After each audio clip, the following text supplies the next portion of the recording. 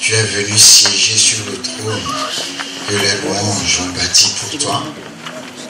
Et parce que tu es venu siéger, tu juges la maladie, la malédiction, tu juges les œuvres de l'ennemi, tu libères tes enfants. Merci Père, parce que tu es au milieu de nous, nous avons la foi que nous n'allons pas repartir d'ici comme nous sommes venus, parce que personne ne peut te rencontrer et rester de même. À chaque fois qu'on te rencontre, Seigneur, on participe à une gloire nouvelle qui vient nous transformer, qui vient faire en sorte que nous puissions te ressembler, que nous puissions recevoir ton esprit, être comme toi, dans le nom puissant de Jésus. Que ce jour d'aujourd'hui, Seigneur, emmène un changement profond dans notre vie. Parce que nous avons compris ce que c'est que l'adoration. Parce que nous avons compris ce que c'est que l'adorateur, l'adoratrice, les vrais adorateurs que toi tu cherches. Nous t'accueillons au milieu de nous, Seigneur. Ouvre notre cœur et notre esprit à recevoir ta parole dans le nom puissant de Jésus-Christ de Nazareth. Amen. Amen. Amen. Amen.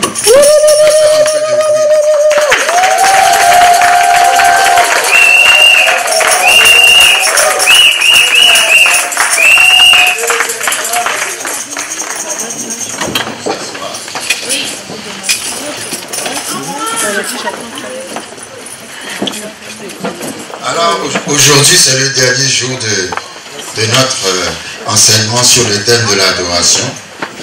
Nous avons commencé, ça va faire 3 jours aujourd'hui. Et nous avons vu beaucoup de choses. Comme je dis toujours, il faut réécouter les enseignements. À chaque fois que tu réécoutes l'enseignement, tu vas découvrir des choses nouvelles. Amen. J'ai beaucoup parlé de l'offrande en parlant des patriarches et en disant que après le péché, Adam et Ève s'étaient recouverts, habillés de feuilles de figuier. Dieu a enlevé cet habillement et les a habillés avec la peau des animaux, sous-entendu le sang des animaux qui était sous la peau des animaux. Et que le sang est le chemin que Dieu a montré pour que l'homme puisse continuer à s'approcher de lui à cause du péché. Donc la voie que Dieu a montrée pour s'approcher de lui, c'est le sang des animaux. Et nous avons vu que les patriarches, Abel, Noé, Abraham et bien d'autres dans tout le livre de l'Ancien Testament, ils bâtissaient des autels pour Dieu, sous-entendu que ils amenaient une forme d'adoration à Dieu en versant le sang des animaux. Parce que la voie que Dieu a montrée, c'est le sang. Hébreux 9, 22 dit, car sans effusion de sang, il n'y a pas de pardon. Mais il faut comprendre quelque chose. Aujourd'hui, nous n'offrons plus des animaux, nous ne versons plus le sang des animaux pour nous approcher de Dieu. Ça, c'était avant que Jésus-Christ arrive. Parce que Jésus-Christ, par sa mort, a versé le sang le plus parfait qu'on puisse trouver, le sang de Dieu lui-même. Donc, à part le sang de Jésus-Christ, aucun sang ne peut nous rapprocher de Dieu. D'ailleurs, le sang des animaux couvrait les péchés pour que nous puissions nous rapprocher de Dieu. Mais le sang de Jésus n'a pas couvert les péchés, il a enlevé les péchés. Parce que c'est un sang plus parfait. Maintenant, ce que Dieu nous demande, c'est d'avoir foi dans le sang de Jésus-Christ. Que personne ne se lève pour aller prendre un taureau en disant je vais sacrifier le taureau et verser le sang du taureau pour Dieu. Non, il y a déjà eu un sang meilleur qui a été versé. Nous avons foi dans le sang qui a été versé. Et nous avons foi dans la personne qui a versé ce sang et qui est la personne de notre Seigneur Jésus-Christ de Nazareth. Maintenant, l'offrande que nous faisons à Dieu, c'est nous-mêmes. Nous avons vu Romains chapitre 12 qui dit clairement d'offrir notre corps comme un sacrifice. On va lire rapidement Romains chapitre 12. L'offrande, avant d'être l'offrande de quelque chose d'autre, l'offrande, c'est d'abord toi-même.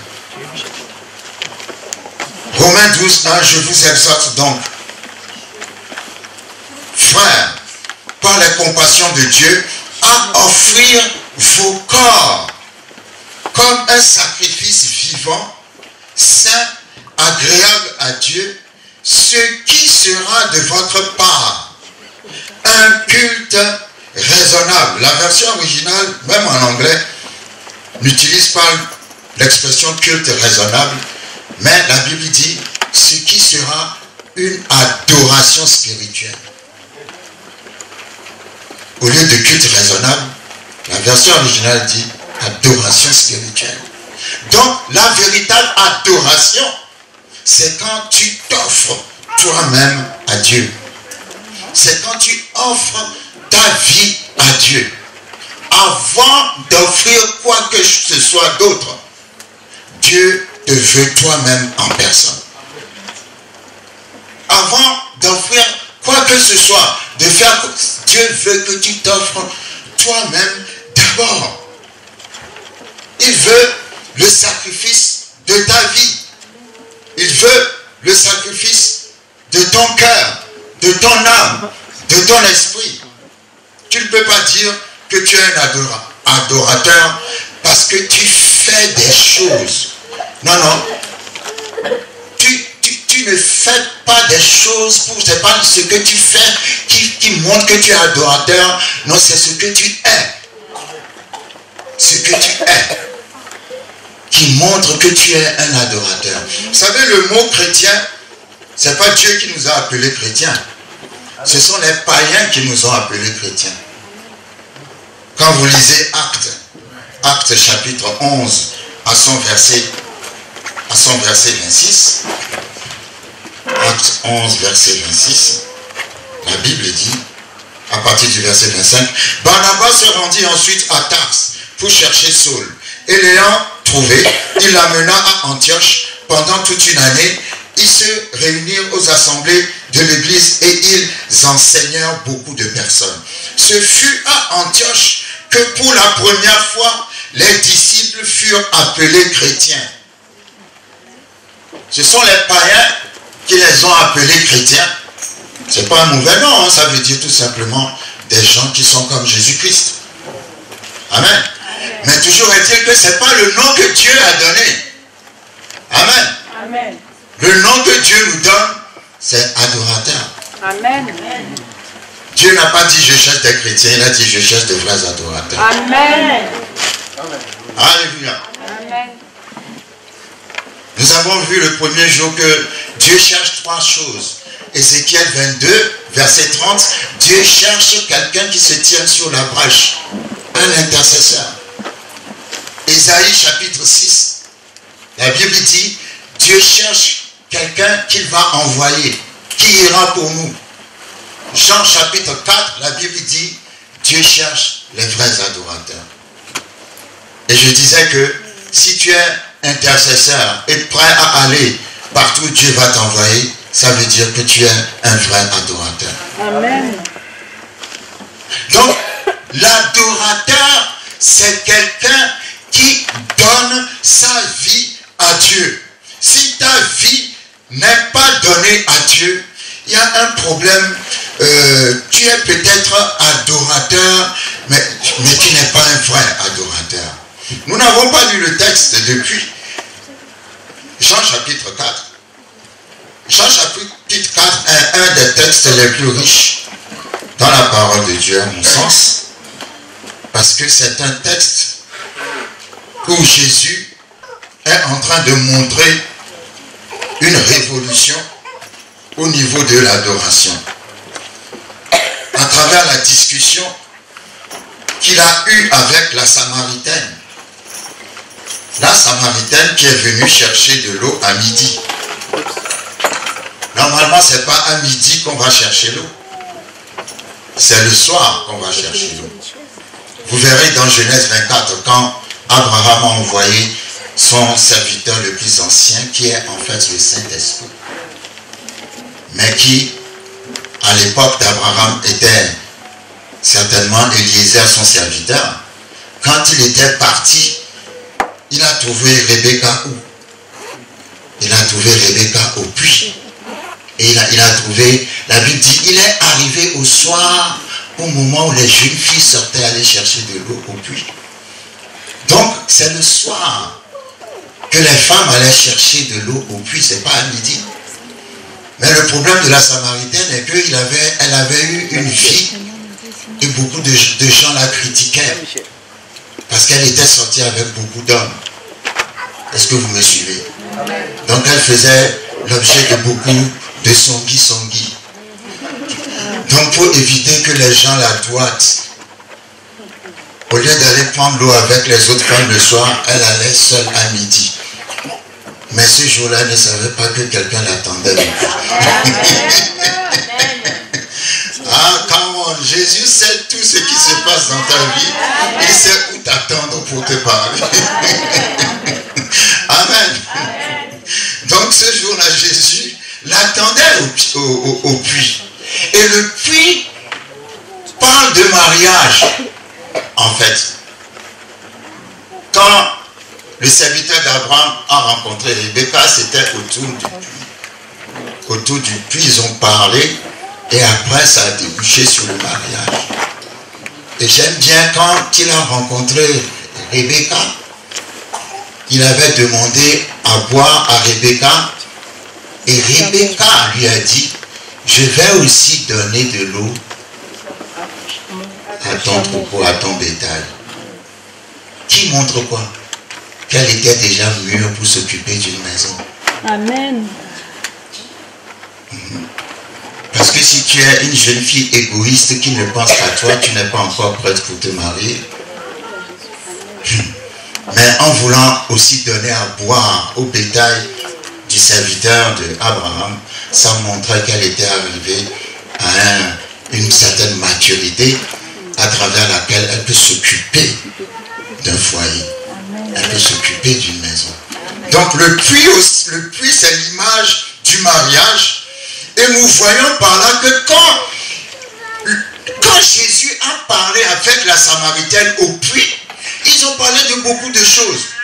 Mais l'essentiel de cette conversation tournait autour du mariage. Amen, amen. Qui me fait comprendre que l'adoration, c'est quand tu te maries à Dieu. Quelqu'un ne me comprend pas. Amen. Amen. Amen. Parce que quand Jésus a commencé à parler avec cette femme, nous allons lire rapidement, c'est un texte assez long. Mais on va aller rapidement. On va parler jusqu'à la fin, mais bon. Amen. Amen. Le Seigneur sut que les pharisiens,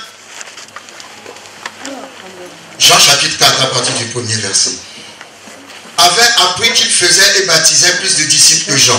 Toutefois, Jésus ne baptisait pas lui-même, mais c'était ses disciples. Alors il quitta la Judée et retourna en Galilée.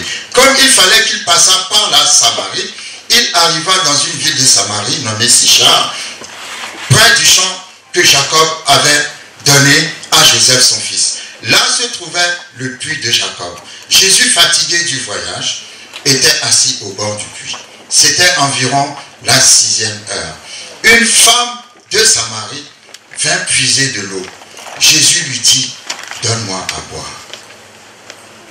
Car ses disciples étaient allés à la ville pour acheter des vivres. Vous savez, quand le pasteur m'avait dit de choisir le thème du séminaire, j'ai hésité. Je voulais donner comme thème en fait au séminaire, donne-moi à boire. Amen. Parce que l'eau que Jésus demandait à la femme, c'était pas en fait l'eau du puits. C'était sa vie. L'eau que Jésus demandait à la femme, c'était son adoration. Amen. Parce que là, Jésus ne parlait pas à partir de son humanité, il parlait à partir de sa divinité. Amen. Il avait soif de l'adoration. Il avait soif qu'on l'adore. C'est pour ça, en disant à la femme, donne-moi à boire, c'est une manière de lui dire, adore-moi. Amen. Parce que Dieu boit l'adoration. Nous l'avons vu. Pourquoi il veut habiter au milieu de son peuple en faisant le tabernacle? C'est pour être adoré. Amen. Pourquoi il a créé l'homme? C'est pour être adoré. Dieu ne peut pas s'adorer lui-même. Il a toujours besoin qu'on adore. Il a soif d'être adoré. Donc c'était prophétique, c'était une image puissante. Jésus qui demande à cette femme, donne-moi à boire. Ça ne peut pas être l'eau du puits. Il était à côté de l'eau du puits avant que la femme arrive. Donc s'il devait boire l'eau du puits, il n'attendrait pas que la femme arrive. Non, non. L'eau que Jésus voulait demander à cette femme, c'est son adoration. C'est l'eau du salut. Parce que tu ne peux pas vraiment l'adorer si tu n'es pas sauvé. Donc, il dit à la femme, donne-moi à boire. Quand ses disciples étaient allés à la ville pour acheter des vivres, la femme samaritaine lui dit, comment toi qui es juif, me demandes-tu à boire, à moi qui suis une femme samaritaine? Les Juifs, en effet, n'ont point de relation avec les Samaritains. Nous voyons par là qu'un véritable adorateur ou une véritable adoratrice n'est pas raciste. Amen. N'est pas tribaliste. Amen. Amen. Ne fait pas de différence entre les classes et les races. Amen. C'est ce que Jésus lui montrait. Parce que la Bible dit que les Samaritains et les Juifs ne se parlaient pas. Mais Jésus est passé par-dessus cette barrière. Un adorateur ne marche pas dans la haine, dans la division, dans le rejet. Non, non, un adorateur aime tout le monde. Les Juifs ne parlaient pas aux Samaritains, mais Jésus a parlé à la Samaritaine. Parce que pour Dieu, il n'y a pas de barrière. Il n'y a pas de couleur qui nous sépare. Amen. Jésus lui répondit, si tu connaissais le don de Dieu, le don de Dieu c'est Jésus lui-même. C'est-à-dire si tu savais qui je suis. Et qui est celui qui te dit, donne-moi à boire? Tu lui aurais toi-même demandé à boire. Amen. Et il t'aurait donné de l'eau vive. Ouais, Jésus est extraordinaire. Amen. Toi tu demandes à boire à quelqu'un et tu dis à la personne, si tu sais qui te demande à boire, c'est toi qui vas lui demander à boire.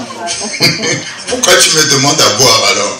Il y avait un problème, c'est que l'eau qui fait l'objet de boire, la femme samaritaine comprenait que l'eau en question, c'est l'eau du puits, mais Jésus lui parlait de l'eau qui est le salut.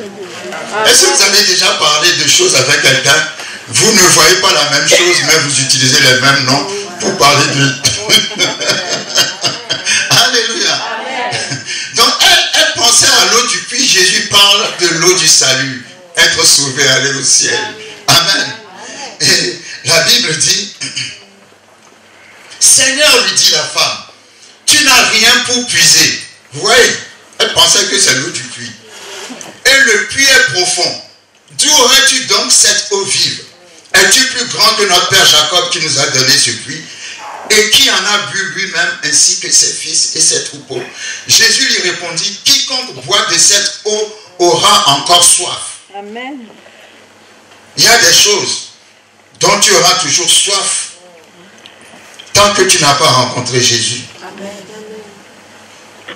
Jésus lui dit, quiconque boira de cette eau aura toujours soif. Mais celui qui boira de l'eau que je lui donnerai n'aura jamais soif. Et l'eau que je lui donnerai deviendra en lui une source d'eau qui jaillira jusque dans la vie éternelle. Cette eau, qu'est-ce que Jésus nous a donné lorsque nous l'avons reçu? Il nous a donné le Saint-Esprit. Que lui-même il compare à des sources, à des fleuves d'eau vive qui jaillissent. Amen. Amen. Donc Jésus était en train de lui parler du salut et non de l'eau du puits de Jacob. La femme lui dit, Seigneur, donne-moi cette eau afin que je n'ai plus soif et que je ne vienne plus puiser ici.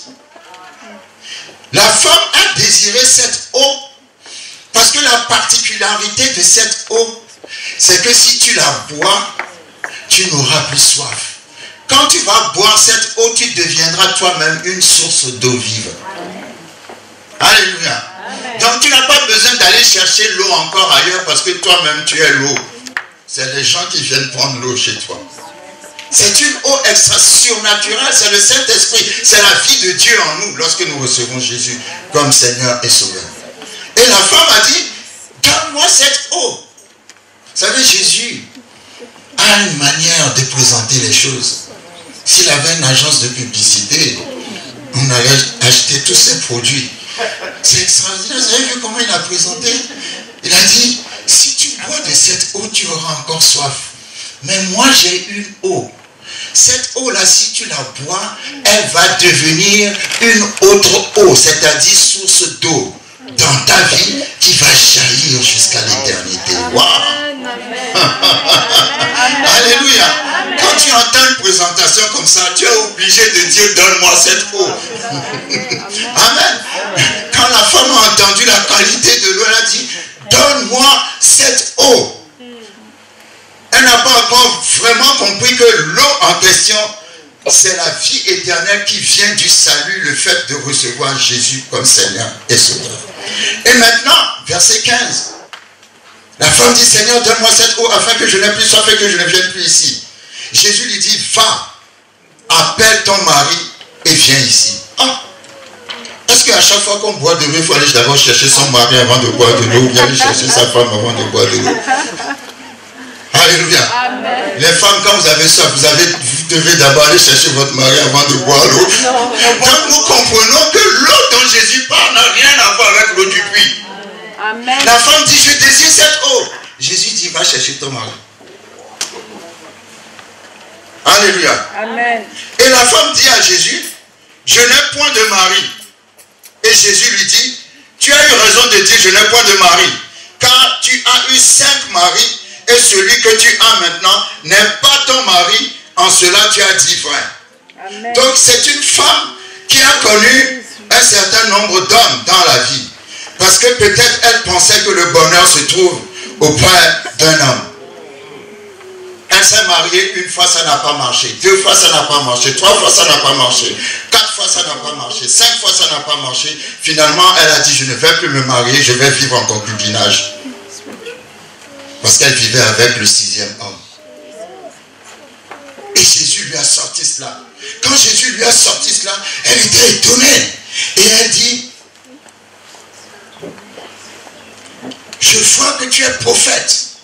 Nos pères ont adoré sur cette montagne.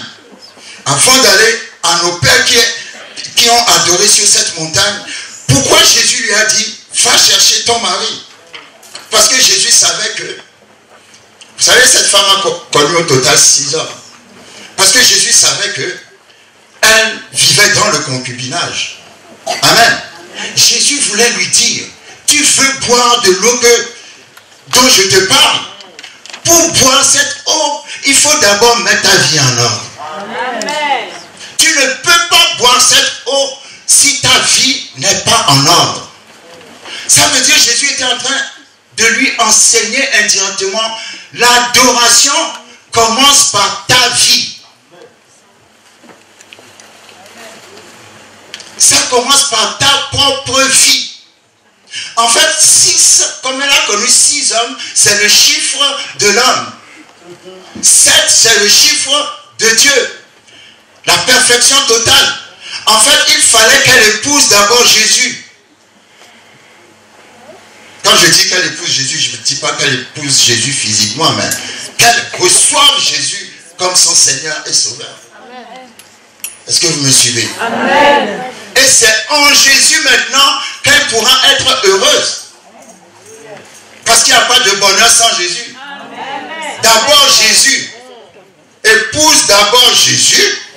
Et en Jésus, tu trouveras la personne qui te fait. Amen. Donc Jésus lui enseignait sur l'adoration que l'adoration commence par ta vie que tu mets en ordre. Et elle a commencé à parler de l'adoration Les Samaritains adorent sur la montagne, les Juifs adorent à Jérusalem. Parce que pour jusque-là, c'est la mentalité des gens. Adorer Dieu est un acte extérieur. Elle croyait que l'adoration est liée à la place où tu adores. Mais Jésus lui a dit, il y a une révolution qui arrive.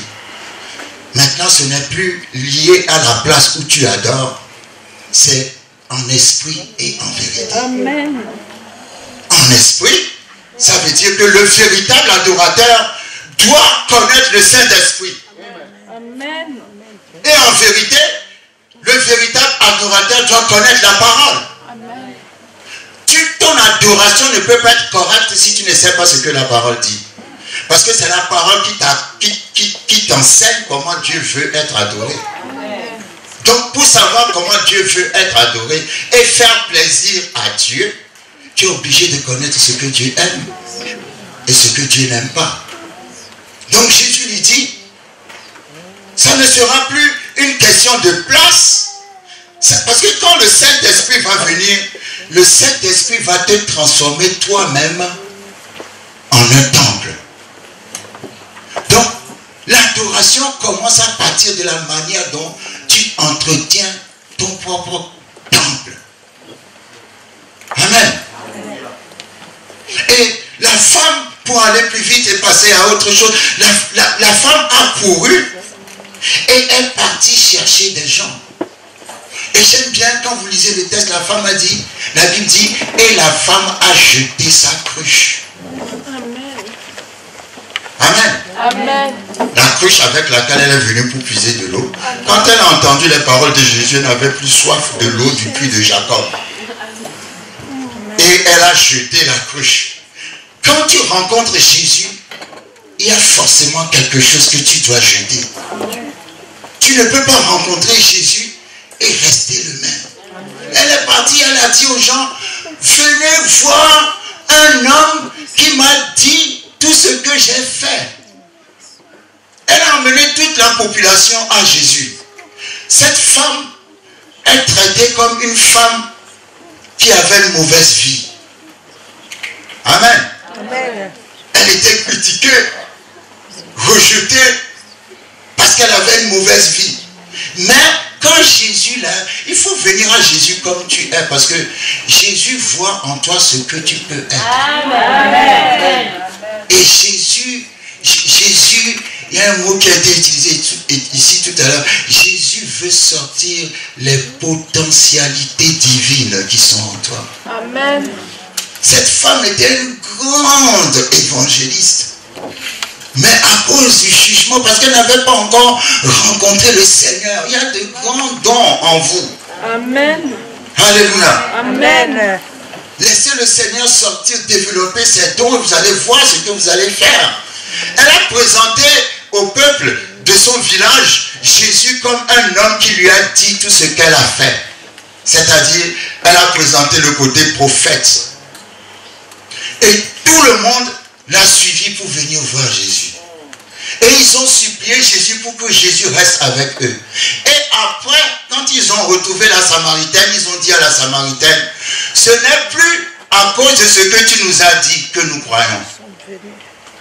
Ce n'est plus le côté prophète qui nous intéresse chez lui. Mais nous avons parlé avec lui. Et nous avons découvert à travers la parole qu'il est vraiment le Fils de Dieu. Amen. Qui veut dire que la parole est au-dessus de tout. Amen. Que tu ne vas pas dans les églises pour chercher des prophéties partout. Oh, béni sois-tu, Seigneur. Si on a dit le prophète Jean-Claude vient à Morsan-sur-Orge, oh là là, tout le monde allait venir voir le prophète Jean-Claude parce que ce qui les intéresse, c'est la prophétie. Mais les gens ont dit à la Samaritaine, nous l'avons vu nous-mêmes. Et ce n'est pas le côté prophétique qui nous intéresse. Parce qu'en parlant avec lui, nous avons découvert qu'il est le Fils de Dieu. Amen. Oh, comment? Est-ce qu'on peut applaudir ce peuple?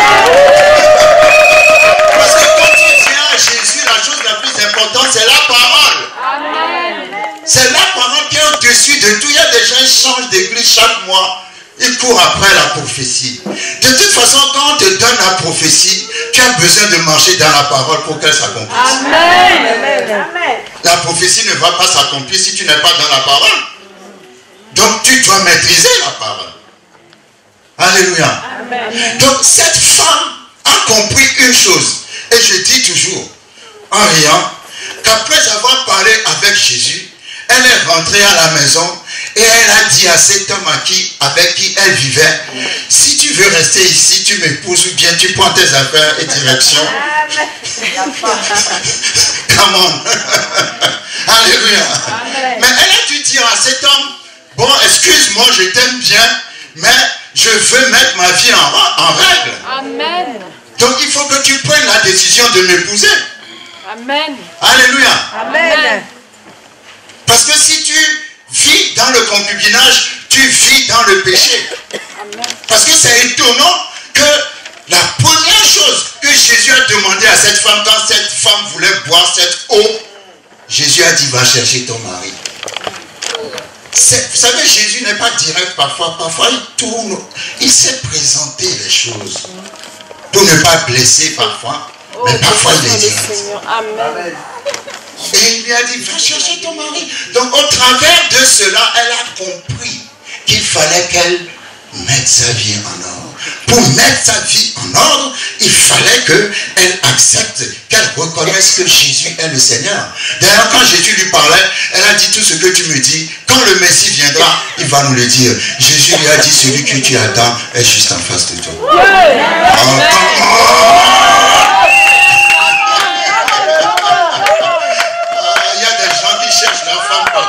Planète sur les 5 continents, alors que quand tu vas à l'église, elle est juste assise à côté de toi. Amen. Il y en a qui cherchent leur mari partout, alors qu'il est juste assis à côté. Dis à ton voisin, ce que tu cherches est juste à côté de toi. Jésus lui parle, elle dit à Jésus quand le Messie viendra. Comment? Jésus a dit, je suis.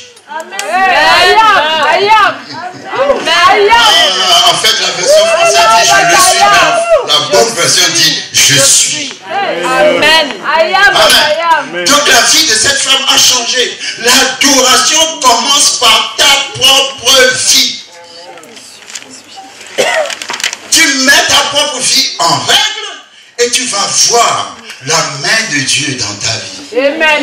Vous savez, parfois, avec le système de l'Europe et les avantages sociaux, il y a des gens qui disent, bon, il faut que je n'ai pas envie de me marier, sinon je vais perdre tel avantage social.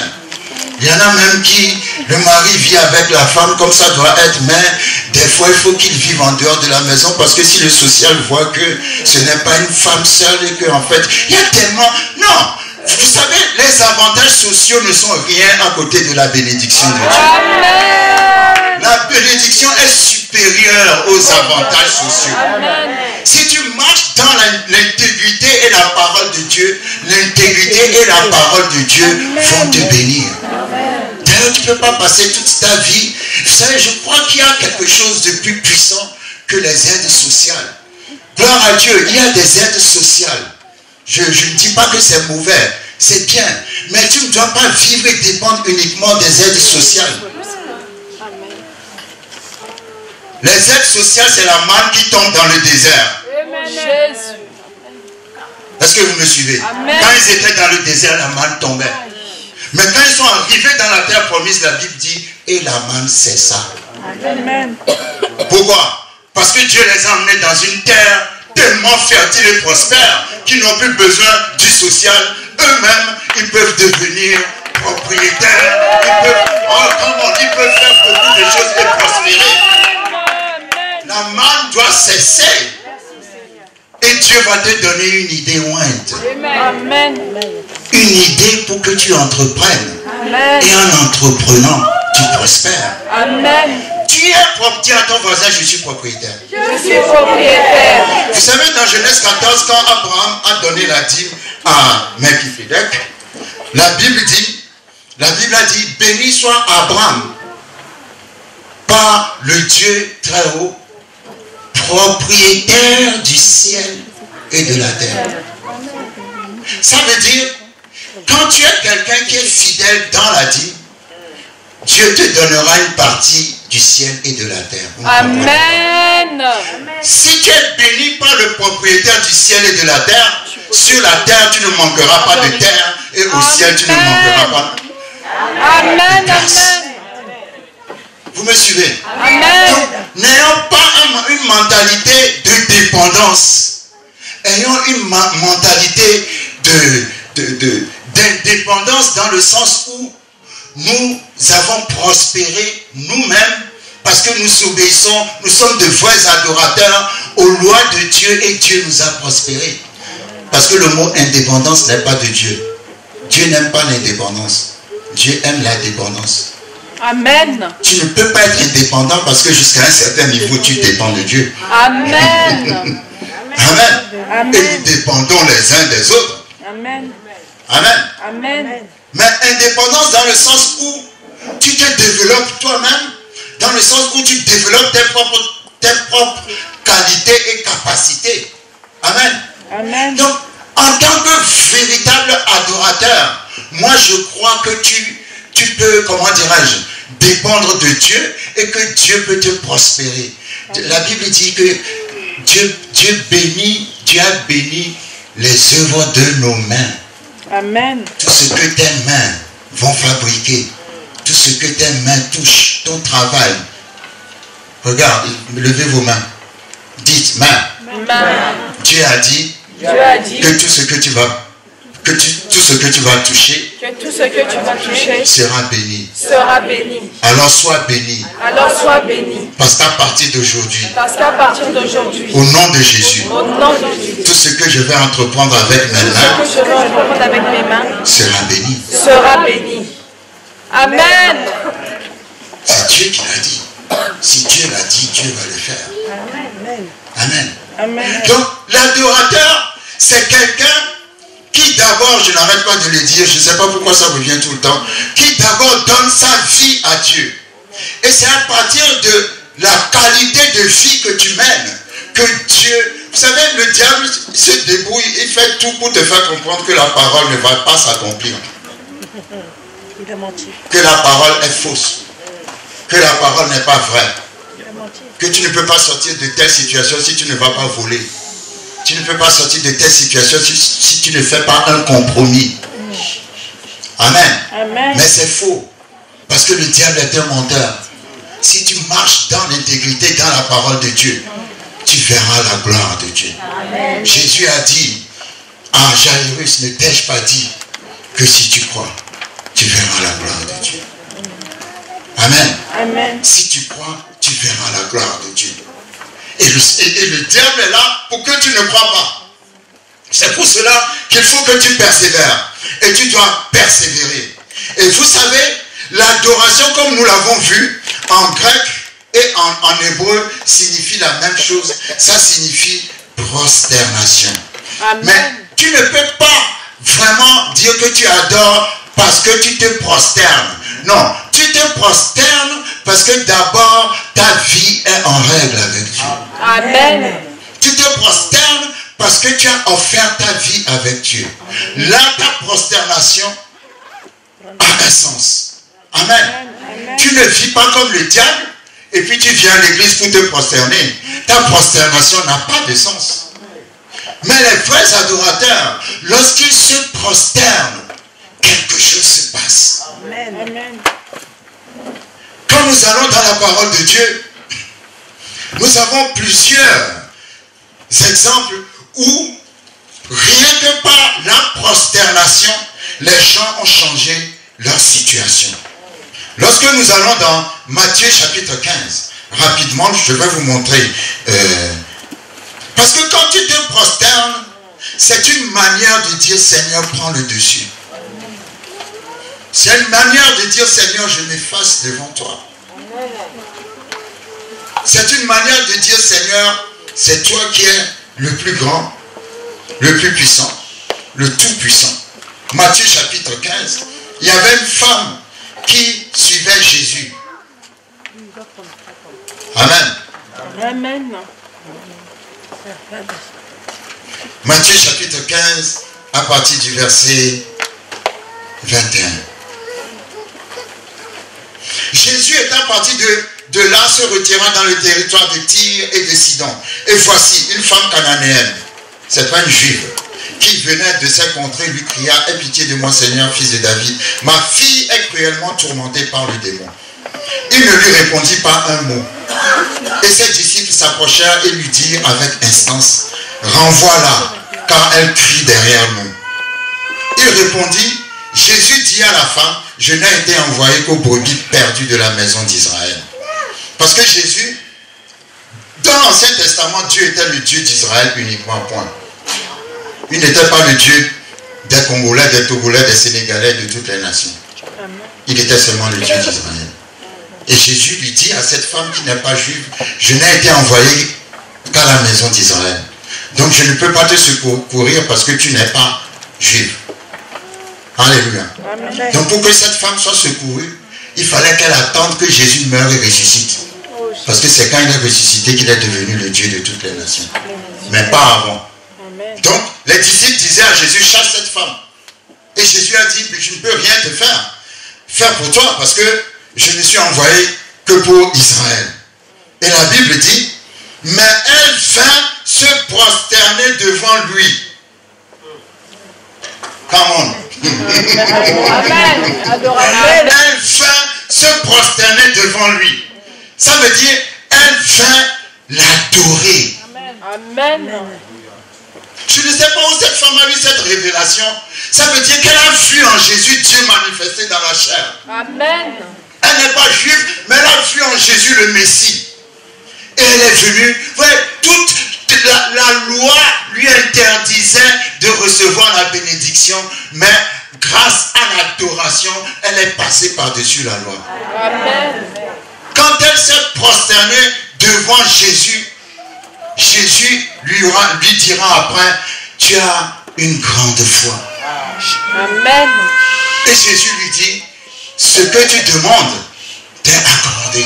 Amen. Normalement, elle devrait attendre la résurrection. Mais à cause de l'adoration, elle a obtenu quelque chose avant son temps. L'adoration te fait précéder le temps. L'adoration te met en avance. Avec son adoration, elle a reçu la guérison pour sa fille avant que la guérison ne soit disponible pour les gens de son pays. Alléluia. C'est pour vous dire que quand on adore, il y a une puissance qui se dégage. Quand tu adores sincèrement, la situation doit changer. Dis à ton voisin, la situation doit changer. Amen. Et nous avons encore un autre exemple. Allons rapidement dans Luc 17, verset 11. Quand nous allons dans Luc 17, verset 11, nous voyons par là, la Bible dit, Jésus se rendant à Jérusalem passait entre la Samarie et la Galilée. Comme il entrait dans un village, 10 lépreux vinrent à sa rencontre. Se tenant à distance, ils élevèrent la voix et dirent, Jésus, Maître, aie pitié de nous. Dès qu'il les eut vus, il leur dit, allez vous montrer au sacrificateur. Et pendant qu'ils y allaient, il arriva qu'ils furent guéris. L'un d'eux, se voyant guéri, revint sur ses pas, glorifiant Dieu à haute voix. Verset 16, qu'est-ce que le verset 16 dit? Il tomba sur sa face aux pieds de Jésus. Quelqu'un qui tombe sur sa face aux pieds de Jésus veut dire qu'il s'est prosterné, il a adoré Jésus. Vous voyez que Jésus recevait l'adoration. S'il n'était pas Dieu, il ne recevrait pas l'adoration.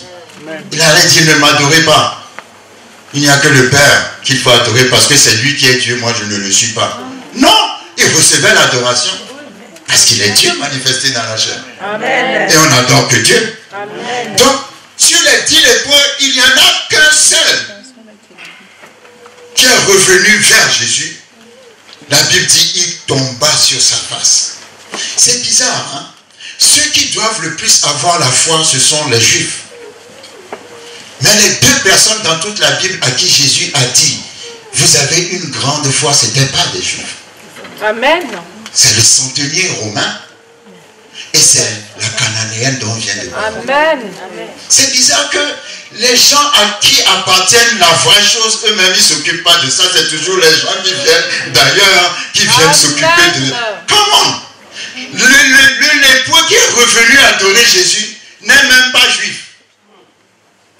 Alléluia. Amen. C'est toujours les gens de l'extérieur qui semblent donner de la valeur. C'est pour ça que la Bible dit qu'on n'est pas prophète chez soi. Amen. Parce que quand les gens vont au McDonald's avec toi tous les jours, c'est ce qui est arrivé à Jésus. Il jouait au billet avec les gens tous les jours. Quand il a dit je suis le fils de Dieu, c'est le fils de Marie, c'est le fils de Joseph. Depuis quand il est le fils de Dieu? Alléluia. À cause de la familiarité. La familiarité parfois est un péché parce que la familiarité t'empêche de reconnaître Dieu dans les gens. Amen. Et si tu ne reconnais pas Dieu dans la personne, tu ne recevras pas de Dieu non plus. Amen. Alléluia. Amen. Tu ne recevras pas de Dieu non plus. La Bible dit, ce lépreux qui est revenu, verset 18, ne s'est-il trouvé que cet étranger pour revenir et donner gloire à Dieu, disait Jésus. Puis Jésus lui dit, lève-toi, va, ta foi t'a sauvé. La bonne traduction, Jésus lui dit, lève-toi, ta foi t'a refait tout entier. Amen. Ah, come on. Amen. C'est beau, n'est-ce pas? Lève-toi, ta foi t'a refait tout entier. Pourquoi? Parce que quand tu as la lèpre bouffe peut-être ton nez, la lèpre bouffe tes oreilles, la lèpre bouffe tes doigts, la lèpre mange une partie de ton corps. Et même si tu es guéri, on verra que tu as eu la lèpre parce qu'il y aura toujours une partie qui va manquer sur ton corps. Mais celui-là, comme il est revenu pour adorer le Seigneur, si c'est une oreille qu'il a perdue, dans l'adoration, l'oreille est revenue. Oh, quelqu'un ne me comprend pas. Dans l'adoration, les doigts ont repoussé. Dans l'adoration, le nez est revenu. Jésus lui a dit, ta foi t'a refait tout entier. Amen. Les 9 autres sont guéris, mais si tu les vois, tu sauras qu'ils ont eu la lèpre. Mais celui-là, à cause de son adoration, Jésus l'a guéri sans cicatrice. Dis à ton voisin, guéri sans cicatrice. Guéri sans cicatrice. Alléluia. Juste parce qu'il est revenu pour se prosterner devant le Seigneur. Amen. Et allons dans, comment dirais-je, allons dans Luc chapitre 7, verset 36. Luc chapitre 7. Dans Luc chapitre 7, nous voyons l'adoration d'une femme qui a été complètement restaurée, qui est venue offrir un parfum à Jésus et qui a même nettoyé le pied de Jésus avec ses cheveux. Alléluia. Amen. Et pendant qu'elle faisait cela, les gens disaient, si Jésus savait qui est cette femme. Mais Jésus savait qui était cette femme. Et Jésus, voyant le cœur de cette femme, a reçu son adoration. Amen. Et sa vie a changé complètement. Amen. Alléluia. Amen. Jean chapitre 11.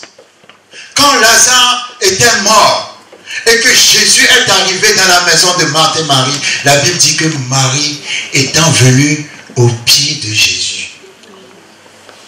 Alléluia. Amen. Elle a adoré Jésus. Est-ce que vous me suivez? Amen. Qu'est-ce qui s'est passé après? Son frère a été ressuscité. Amen. Donc, la prosternation, l'adoration change ta circonstance. Amen. La prosternation, l'adoration change l'épreuve par laquelle tu es en train de passer. Alléluia. Amen. Vous savez, quand vous êtes en train d'adorer, l'adoration vous amène dans une autre dimension. Quand Jésus est présent, quand il y a l'atmosphère, partout où Jésus est présent, il y a toujours une atmosphère d'adoration. Parce que Jésus est Dieu. Alléluia. Amen. Vous allez remarquer, quand vous lisez Matthieu 14 et Matthieu 15, que pendant 3 jours, Jésus prêchait à la foule. Mais la foule n'a jamais dit qu'elle avait faim. Il y a un niveau de la gloire. Amen. Quand tu es dans cette gloire, tu n'as pas faim. Amen. Ah, quelqu'un ne me comprend pas. Amen. Quelqu'un ne me comprend pas. vivons pas seulement de pain, mais de la parole.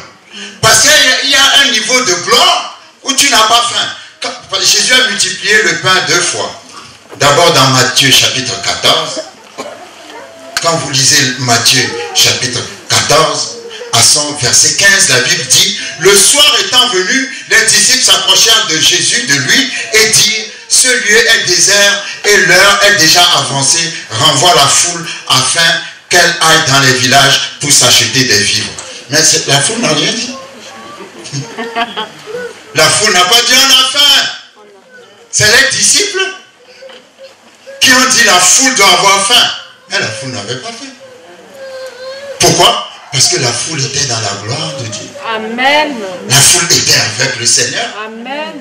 Et Jésus dit, qu'y a-t-il alors à leur donner à manger? Ils ont trouvé... Jésus leur a d'abord dit, donnez-leur vous-même à manger. Et les disciples avaient commencé à se poser des questions pour savoir, mais comment on peut nourrir cette foule? Ils n'ont pas compris que dans la présence de Jésus, tout est possible. Amen. Et c'est là où ils ont trouvé quelqu'un qui avait 5 pains et 2 poissons. Et Jésus a dit, apportez-les-moi.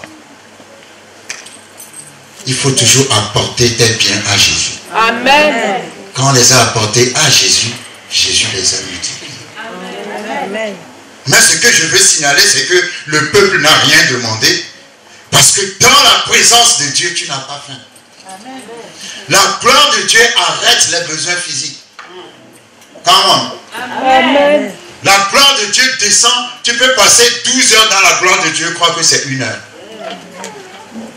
Pourquoi? Parce que tu es dans sa présence. Amen. Amen. Et la deuxième fois, c'était Jésus qui avait demandé qu'on aille chercher à manger au peuple. Et il avait donné une raison. Il avait dit pour cela, dans Matthieu chapitre 15, il avait dit parce que je ne veux pas les libérer à jeun. Amen. Alléluia. Amen. Mais tant qu'ils sont avec moi, ils n'ont pas besoin de manger. Mais parce que je vais les libérer, ils vont peut-être avoir faim. Amen. Ah, quelqu'un ne me comprend pas. Amen. Parce que dans les deux cas, c'est toujours pas la foule qui réclame à manger. Parce que la foule, qui est la nourriture ou pas, était dans la gloire de Dieu. Amen. Quand tu es un adorateur, vous savez, quand Moïse montait sur la montagne, vous allez voir, quand Moïse est mort, la Bible dit qu'on n'a jamais vu un homme semblable à lui qui parlait avec Dieu face à face. Oh Jésus. Moïse entendait la voix de Dieu et répondait à Dieu. Moïse montait sur la montagne pendant 40 jours, 40 nuits. Il ne pouvait pas pendant 40 jours et 40 nuits être debout devant Dieu, il devait être prosterné. Quand il descendait de la montagne, la Bible dit, personne ne pouvait le voir en face parce que son visage brillait. Amen. Wow! Amen. Amen. Son visage, des fois il était obligé de mettre un voile sur le visage. Pourquoi? Parce que après être entré dans la présence de Dieu, la présence de Dieu l'a changé, Amen. l'a transformé. Et il est descendu avec le visage de Dieu, si vous me permettez. Vous savez, on devient ce qu'on adore. Ça aussi, c'est un principe très important. Même s'il faut prendre un exemple très simple dans la vie. Les idolâtres, ceux qui adorent des idoles, je peux me prendre ceux qui, par exemple, les gens qui ont un amour particulier à un chanteur ou à une chanteuse. À un point tel que c'est même comme s'ils adorent la personne. Les fanatiques, les fans, regardez-les, hein. Ils ressemblent à leurs idoles. Ils s'habillent comme leurs idoles. Ils se coiffent les cheveux comme leurs idoles. Ils marchent et parlent comme leurs idoles. Pourquoi? Parce qu'ils adorent leurs idoles et tu deviens ce que tu adores. C'est pour ça qu'il est très important quand vous allez dans le psaume 115. Le psaume 115 rapidement dit ceci.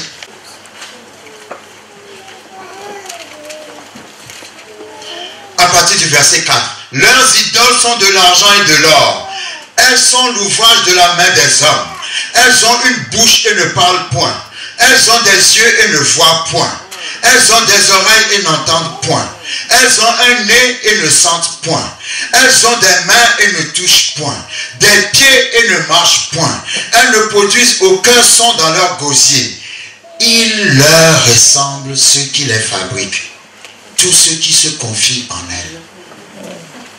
Alléluia. Amen. Tu adores des bois taillés. Ta vie ressemblera au bois taillé.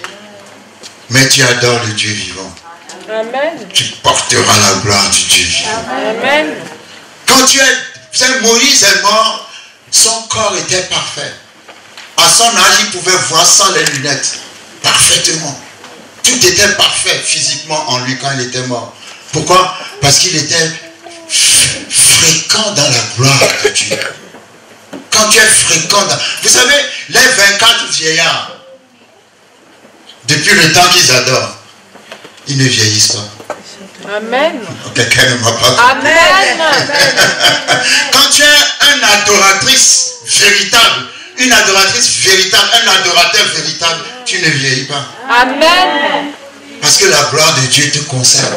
Amen. Quelqu'un ne me comprend pas. Amen. Les 24 vieillards ne vieillissent pas plus qu'ils sont vieux. Là. Alléluia. Donc, l'adoration t'apporte pas seulement des avantages spirituels, mais des avantages physiques aussi. Parce que dans l'adoration, tu es en contact avec ton Dieu. Amen. Amen. Tu es en contact avec ton Dieu. Et vous savez, je vais vous inviter dans deux passages, parce que je voudrais, pour ce jour d'aujourd'hui, il y a encore deux choses que je voudrais montrer. C'est que si tu es un véritable adorateur, tu ne peux pas avoir des problèmes pour donner à Dieu. Si tu es un véritable adorateur, tu ne peux pas avoir des problèmes pour donner à Dieu. Parce que d'abord, toi-même, tu t'es donné à Dieu. Amen. Tu sais, si tu sais que tu t'es donné à Dieu, tu dois savoir que tout ce que tu as est à Dieu. Amen. Tu ne peux pas te donner à Dieu et retirer de Dieu certaines choses que tu as, soit disant que c'est pour toi. Non, David, le grand adorateur, celui qui a changé l'adoration, comment? Il a dit, nous te donnons ce que tu nous as donné. Amen. Si tu aimes Dieu, tu dois donner. Dieu a tant aimé qu'il a donné. L'amour donne toujours. Amen. Si vous les filles, je dis à mes filles souvent, vous êtes fiancées à quelqu'un qui ne vous donne rien, il ne faut pas le marier. Il ne vous aime pas. Amen. Parce que l'amour donne toujours. Amen. Tu aimes quelqu'un, tu vas lui donner Oui. les choses les plus chères que tu as pour lui montrer que tu l'aimes. Amen. Et c'est ça. Amen. Dieu a tant aimé le monde. Le monde n'appartient pas à Dieu. Mais il a tant aimé le monde qu'il a donné. Amen. Au bout de l'amour, il y a toujours donné. Amen. Les amoureux qui sont avares ne sont pas de vrais amoureux. Mais oui. Amen. Parce que l'amour donne. Amen. S'il ne vous donne rien pendant les fiançailles, ne l'épousez pas. Amen. L'épousée ne va rien vous donner non plus. Amen. Je suis sincère. Parce que l'amour donne. Oui, amen. L'amour qui ne donne pas n'est pas l'amour. Amen, oui. David, quand David parlait de Dieu, David le grand adorateur, David a été la seule personne sur cette terre à avoir imaginé un endroit où on peut conserver la présence de Dieu. Amen. David a dit dans 2 Samuel 7, je vais bâtir une maison pour l'Éternel. Amen. Et l'Éternel lui a dit, est-ce que moi je t'ai demandé une maison? Lisez 2 Samuel 7, j'habite dans les cieux, j'habite sur la terre, j'habite partout. Mais parce que tu as voulu me bâtir une maison, moi aussi je te bâtirai une maison. Amen. Et cette maison, c'est la royauté de David. Et de David sortira plus tard Jésus-Christ. Pourquoi? Parce que David a voulu bâtir une maison pour Dieu. Amen. Ah, come on. Amen. Un adorateur cherche toujours à bâtir la maison. Moi, je dis toujours, est-ce que quand la fin du mois arrive, vous savez comment le pasteur a payé le loyer? Il y a deux choses que j'ai vues dans la Bible qui doivent être incontournables dans la vie d'un adorateur. Donner la dîme, bâtir la maison de Dieu. Amen. Dans bâtir la maison de Dieu, je parle de soutenir la maison de Dieu. Amen. Parce que quand Jacob fuyait son frère Ésaü qui cherchait à le tuer, qu'il est arrivé dans un désert, il a dormi et la nuit il a vu une échelle qui partait du ciel, qui touchait le sol avec des anges qui montaient et qui descendaient. Et quand il s'est réveillé, il a dit, l'Éternel est ici, mais je ne le savais pas. Vous savez, les gens croient que c'est quand il y a de l'or partout que l'Éternel est forcément là. Ah non. Mais l'Éternel habite dans des endroits bizarres. Amen. Et si tu es un adorateur, tu verras que le Seigneur est ici. Amen. Je dis, le Seigneur est ici dans cette église. Amen. Amen. Alléluia. Quand il s'est réveillé, il a pris une pierre, il a mis de l'huile sur la pierre. Et il a dit à Dieu. La Bible dit, il a fui sans valise. Il n'avait qu'un bâton dans sa main. Wow. Amen. Il a dit, Seigneur, si tu me prospères, je te donnerai la dîme. Amen. Alléluia. Amen. Et quand il est arrivé chez son oncle l'a exploité dans tous les sens. Son oncle a diminué son salaire 10 fois. Oh, Jésus. Mais vous savez, quand son oncle lui disait, sur le troupeau que tu as gardé le mois prochain, ton salaire, ça sera les troupeaux rayés. Arrivé à un niveau, quand son oncle lui disait ça, Dieu faisait que tout le troupeau ne faisait que des troupeaux rayés. Amen. Amen. Amen. Amen. Amen. Amen.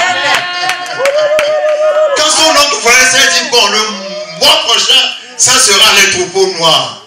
Quand il disait comme ça, tout le troupeau ne faisait que des troupeaux noirs.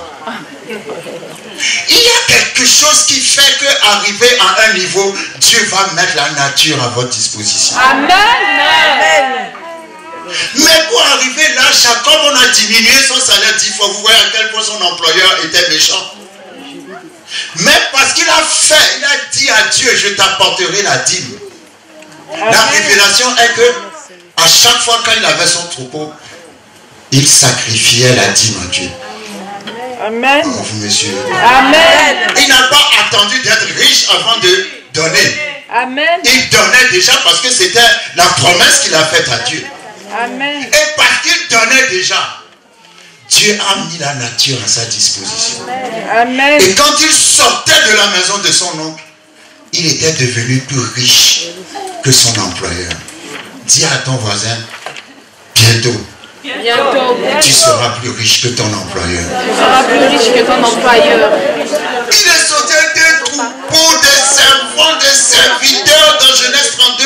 Il est repassé par le même chemin par lequel il était passé quand ça chauffait sur lui avant de venir chez son oncle. Il a dit, je suis venu ici avec un bâton.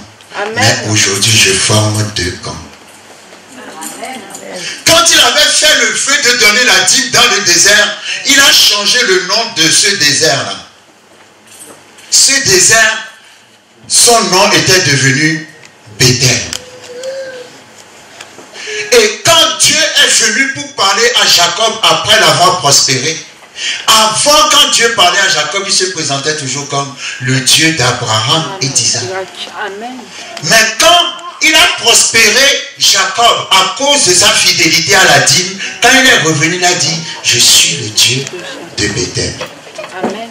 C'est-à-dire le Dieu de la place où tu m'as fait la promesse que tu me donneras la dîme. Qui a dit que Dieu n'aime pas la dîme?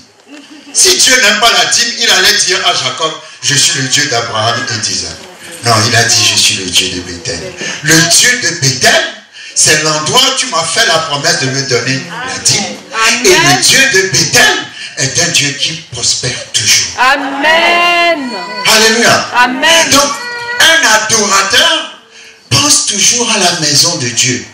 Amen. Il a dit, je te bâtirai une maison et je t'apporterai la dîme.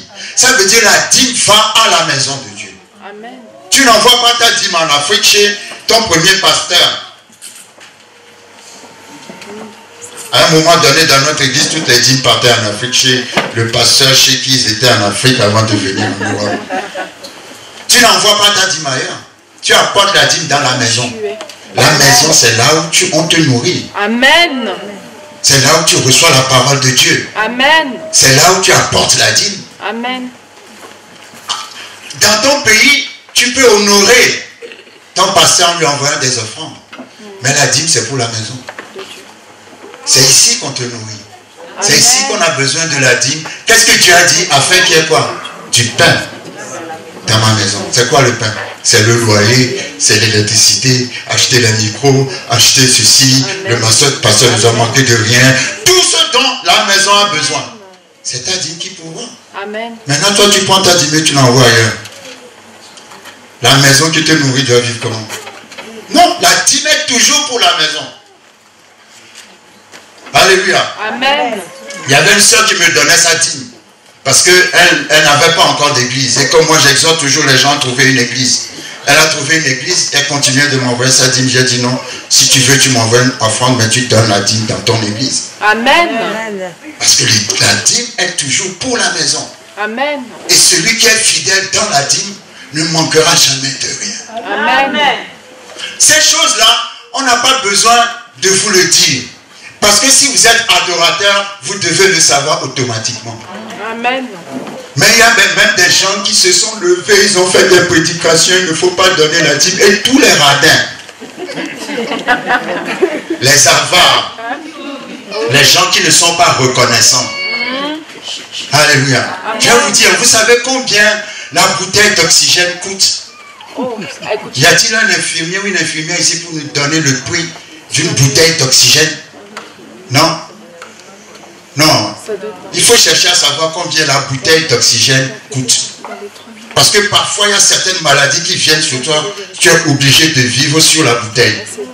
Et c'est là où tu comprends que Dieu t'a fait grâce. Parce que depuis que tu es né jusqu'à maintenant, tu respires l'oxygène gratuitement. Amen. Mais s'il faut que tu payes la bouteille d'oxygène pour vivre, je ne te donne pas 24 heures pour vivre. Ça déjà suffit pour que tu sois reconnaissant à Dieu. Amen. Alléluia. C'est la reconnaissance. C'est une manière de dire, comme David a dit, nous te donnons ce que tu nous as donné. C'est Dieu qui a apporté. Je vais vous dire quelque chose. Quand les enfants d'Israël sortaient de l'Égypte, ils sont sortis avec l'or et l'argent. Pourquoi ils sont sortis avec l'or et l'argent?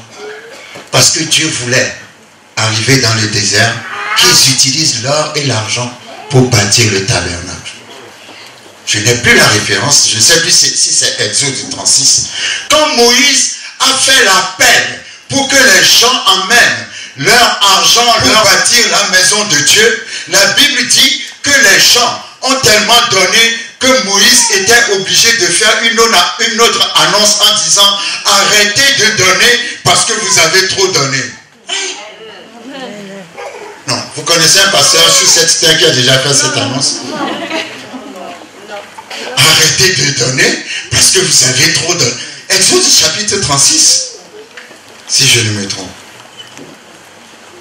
Exode chapitre 36, à partir du verset 4. Alors, tous les hommes habiles, occupés à tous les travaux du sanctuaire, quittèrent chacun l'ouvrage qu'il faisait et vinrent dire à Moïse, le peuple apporte beaucoup plus qu'il ne faut pour exécuter les ouvrages que l'Éternel a ordonné de faire.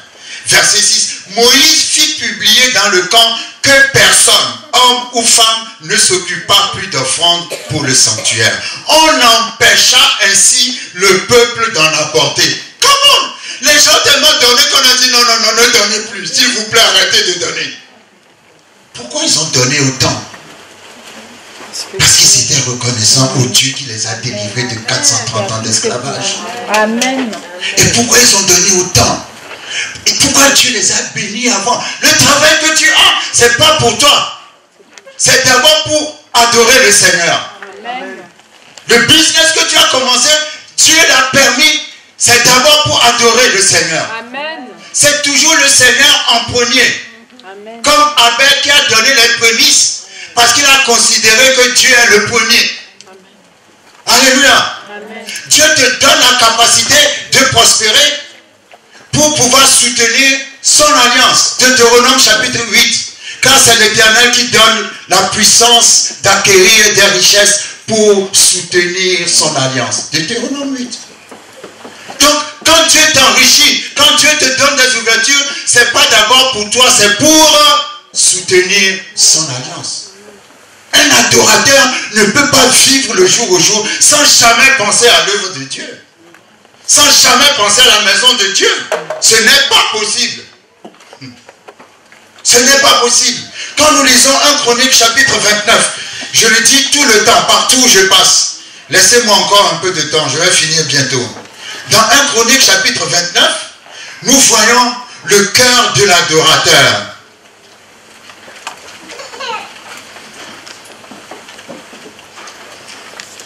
Un adorateur qui s'appelle David. Amen. Le temple qui a été bâti s'appelle le temple de Salomon. Mais ce n'est pas le temple de Salomon, c'est le temple de David. Parce que c'est David qui a voulu bâtir un temple pour Dieu.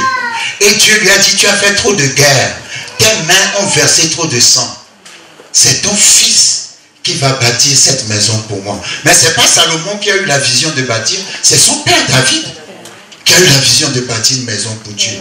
Qui a eu la vision de faire un endroit où on peut garder la présence de Dieu. Wow.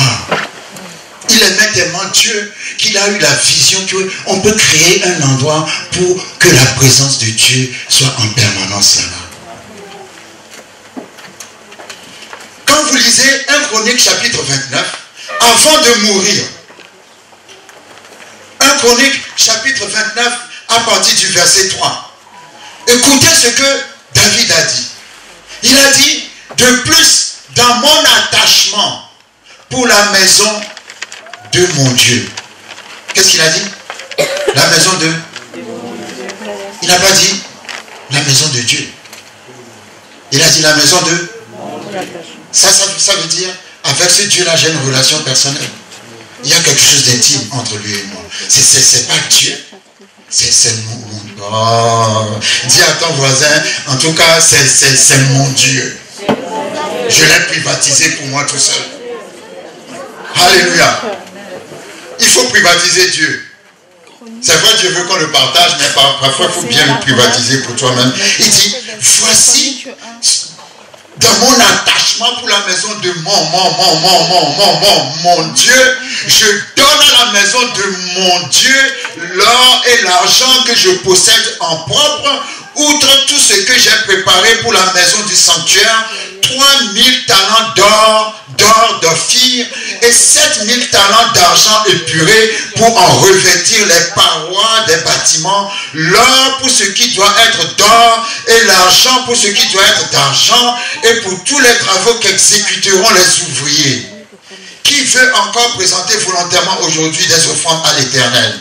Dans la Bible de Jimmy Swaggart, Expository Bible, ils ont traduit les dons et les offrandes que les gens ont faites dans l'Ancien Testament en dollars. Selon le cours du dollar en 2004. Vous cherchez, vous pouvez commander cette Bible-là si vous ne me croyez pas. L'argent que David a laissé pour bâtir la maison, le temple de Salomon, de son argent personnel, pas quelques cotisations, lui-même personnellement, de son argent personnel. Quand ils ont fait le calcul, ça équivaut à 10 milliards de dollars selon le cours du dollar en 2004. Amen. Oh non, vous n'avez pas, Amen. vous n'avez pas bien compris. Il a pris 10 milliards de dollars de son argent personnel pour la maison de son Dieu. Amen. Comment? je ne donnerai pas 1 milliard à un Dieu que je ne connais pas.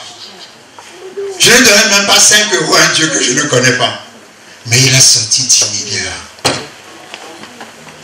Alléluia. Amen. Quelqu'un qui est capable de valoriser Dieu comme ça ne peut être qu'un adorateur. Amen. Si tu n'as jamais vu Dieu, tu ne peux pas le valoriser comme ça. Alléluia. Amen. Et aujourd'hui, on demande aux gens, on parle seulement de la dîme. Dîme veut dire 10%. Mais quand Dieu dit, l'adorateur doit donner sa vie, ta vie, ce n'est pas 10%, c'est 100%. Mais tu n'es même pas capable de donner 10%. Et des gens avec des enseignements diaboliques et sataniques se lèvent encore pour dire aux gens, il ne faut pas donner la dîme. Alors moi j'ai une question. Si tu ne peux pas donner 10%, comment tu vas donner 100%? Si tu ne peux pas donner 10%, comment tu vas donner 100%? Vous savez qu'il y a des gens qui donnent 20%, qui donnent 30%, qui donnent 40%. Il y a des gens qui donnent plus que 10%. Mais la chose est très facile si tu sais qui est Dieu et ce qu'il fait dans ta vie. C'est très facile. C'est pas compliqué. Moi, les histoires de dîmes et tout ça là même, quand on va te dire donne la dîme et puis tu vas dire non, c'est l'Ancien Testament. Quel Ancien Testament? Dieu a toujours aimé la dîme. Quand tu vois la vie des patriarches, Abraham a donné sa vie en donnant Isaac. Amen. Est-ce que vous me suivez? Amen. David a donné 10 milliards de dollars pour bâtir la maison de Dieu. Salomon, Dieu lui a dit, quand vous étudiez, on n'a pas le temps, la première offrande que Salomon a donnée, je crois, c'est 1000 holocaustes. Quand il a donné les 1000 holocaustes, la nuit, Dieu l'a visité. Amen. Vraiment, les gens ne comprennent pas. Moi, je dis, la foi, c'est imiter ce que les patriarches ont fait. Amen.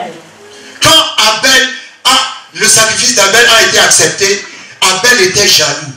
Dieu lui a dit, fais comme ton frère. Sinon, le meurtre... Caïn, excusez-moi. Quand le sacrifice d'Abel a été accepté, Caïn était jaloux. Dieu a dit à Caïn, fais comme ton frère, sinon le meurtre se couche à ta porte. Si quelqu'un a fait quelque chose et a eu une percée, au lieu d'être jaloux de la personne, pourquoi tu n'imites pas la personne? Amen. Abraham a donné la dîme. C'est quand il a donné la dîme que sa vie a changé. Amen. Mais oui. Il a donné la dîme dans Genèse 14. Dans Genèse 15, la Bible dit après ces événements. Et la dîme faisait partie de ces événements. L'Éternel apparut à Abraham. Sa vie a changé. Après la dîme. Alors si moi je veux que ma vie change, qu'est-ce que je fais? J'imite Abraham. Alléluia. Amen. La dîme a tellement plu à Dieu qu'il en a fait une loi pour Moïse. Ah, vous ne me comprenez pas. Amen. Ceux qui enseignent qu'on n'est plus sous la loi, il ne faut plus payer la dîme, ils n'ont pas compris que Dieu a fait de la dîme une loi pour Moïse parce qu'il a aimé la dîme d'Abraham. Amen. Ah, vous ne me comprenez pas. La dîme est devenue une loi justement parce que Dieu a apprécié la dîme d'Abraham. Amen. Qui vivait dans la dispensation de la promesse, qui est la même que la dispensation de la grâce que nous vivons. Amen. Alléluia. Amen. Donc aujourd'hui, nous sommes dans une alliance qui est supérieure et qui est meilleure, selon Hébreu, que l'alliance d'Abraham. Donc, si donner 10%, tu dois donner mieux. Et voilà qu'on vient te prêcher de ne même pas donner 10%. Quel adorateur tu es? L'adorateur, c'est celui qui donne sa vie à Dieu. Si tu donnes ta vie à Dieu, 10% n'est rien. Amen. Je répète, si tu as donné ta vie à Dieu, 10% n'est rien. Amen. En sachant que Dieu attend 100%. Amen. Le jeune homme riche qui était venu vers Jésus, il dit à Jésus, que dois-je faire pour hériter la vie éternelle? Jésus lui a cité les 5 derniers commandements des 10 commandements. Il a dit à Jésus, je fais déjà toutes ces choses. La Bible dit, Jésus le regarda et l'aima. Et maintenant Jésus lui dit, Va, distribue tes richesses aux pauvres. Ensuite, viens et suis-moi. Et la Bible dit, il était devenu endeuillé. Pourquoi? Parce qu'il respectait une partie des commandements. Mais la partie la plus importante qui dit, tu n'auras pas d'autre Dieu devant ma face. Il ne pouvait pas le respecter parce que l'argent était devenu son Dieu. Est-ce que vous me suivez? Amen. Que l'argent ne devienne pas ton Dieu. Amen. Parce que la Bible dit, l'or et l'argent m'appartiennent. Amen. Quand tu viens dans cette maison, tu dois te soucier de comment la maison est entretenue. Amen. Quand tu viens dans cette, parce que c'est comme ça que tu te soucies de l'œuvre de Dieu. Amen. Amen. Alléluia. Amen. Donne à Dieu. Parce que tout ce que tu as, c'est Dieu qui te l'a donné. Amen. Vois comment Dieu a marché. Ces gens qui ont été bénis dans la Bible. Pourquoi Jacob n'a pas dit, Seigneur, si tu me prospères, je vais te louer toute ma vie? Non. Il a dit, si tu me prospères, je te donnerai la dîme et je te bâtirai une maison. Amen. Il est arrivé dans une situation où on a diminué son salaire 10 fois, mais il est sorti plus riche que son employeur. Amen. Ne me dites pas que la dîme n'a pas de sens. La dîme a un sens. Il va te sortir de ton manque. Il va te sortir de ta pauvreté. Elle va te sortir. Toutes les bénédictions qui ont été citées par rapport à la dîme dans Malachie chapitre 3 touchent toutes les parties de notre vie. Amen. J'ouvrirai les écluses des cieux. C'est ton intelligence, les écluses des cieux. Amen. Oui. C'est une idée que Dieu va te donner pour entreprendre et ça va prospérer. Amen. Toi, tu t'en sortiras toujours. Quand il parle de vigne qui ne sera pas stérile, ça parle de la famille. La fidélité à la dîme guérit la stérilité physique. Oh, Amen. il y a des secrets dans l'alliance de la dîme que beaucoup de gens ne connaissent pas. C'est Amen. pour ça que les ignorants vous disent qu'il ne faut pas donner la dîme. Mais si vous voyez les promesses qui sont attachées jusqu'à la famille, jusqu'à tes enfants. La version anglaise dit, j'enverrai la bénédiction et il n'y aura pas assez de place dans ta maison pour la contenir. Amen. Prenez le même passage dans une Bible en anglais. Parce que tu es fidèle à la dîme. Dieu n'a pas besoin de ton argent pour être Dieu. Amen. Mais en lui apportant ton argent, tu lui dis merci Seigneur parce que c'est toi qui m'as tout donné. Amen. C'est juste la reconnaissance et un acte de foi. Sinon Dieu n'a pas besoin de ton argent. Mais en faisant cela, tu le valorises. Amen. Tu l'élèves. C'est ça l'adoration. Amen. L'adoration, c'est le valoriser. C'est l'élever. C'est le glorifier. Avec ce que tu es et avec ce que tu as. Amen. Pas avec ce que tu as seulement. Avec ce que tu es et avec ce que tu as. Alléluia. Amen. Je sais que vous êtes fatigués, mais je vais prendre encore 15 minutes. Amen. Et après, je vais vous libérer.